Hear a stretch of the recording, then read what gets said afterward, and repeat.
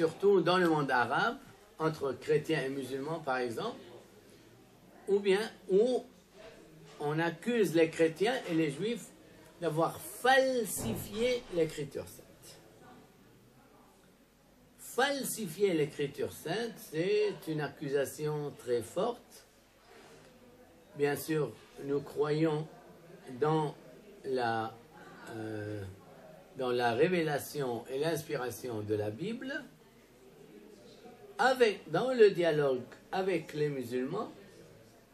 On peut donc citer non seulement la science, mais surtout le Coran. Puisque nos frères, les fidèles musulmans, ne croient pratiquement qu'au Coran. Eh bien, le Coran parle de falsification.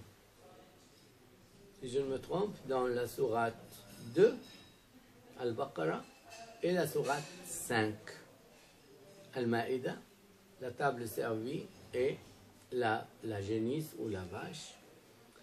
Et là, il ne s'agit nullement des chrétiens globalement.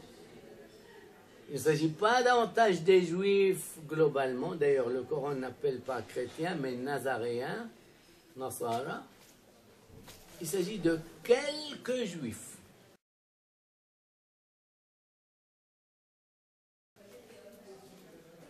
Voilà, quelques juifs qui ont déformé, qui ont falsifié le texte après l'avoir compris. Après l'avoir compris. Donc, ils ont bien lu le texte. Le texte a été bien écrit. Ils l'ont bien lu. Ils l'ont bien compris. Mais, pour leur fin à eux, ils ont changé l'interprétation.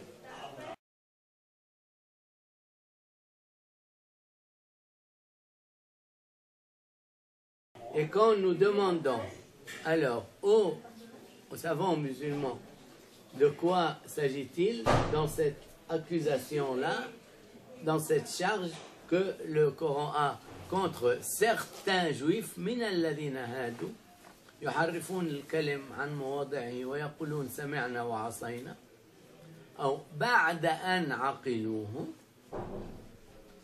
Eh bien, les savants musulmans antiques nous disent qu'il s'agit de la peine pour l'adultère. Eh bien, elle était la lapidation. Les juifs, toujours d'après les savants musulmans, l'ont transformée en flagellation. Voilà ce que nous dit l'exégèse islamique de ces textes. Mais à part ces textes-là, de la 2e et de la 5e sourate, eh bien, le Coran, même dans la période médinoise, même dans le chapitre 9, où on trouve aussi le verset du sabre, eh bien, il parle ceux qui ont reçu l'écriture, les gens du livre. Donc, ce titre de gloire, gens du livre, signifie que juifs et nazaréens ont conservé leur écriture.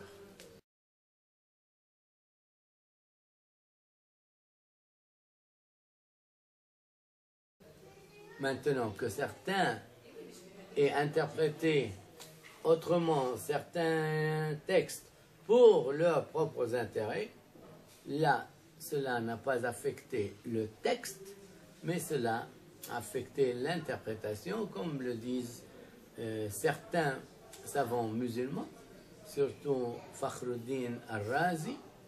Il y a eu falsification, non pas dans la révélation, mais dans l'interprétation. التحريف عند بعض اليهود لا في التنزيل بل في التأويل.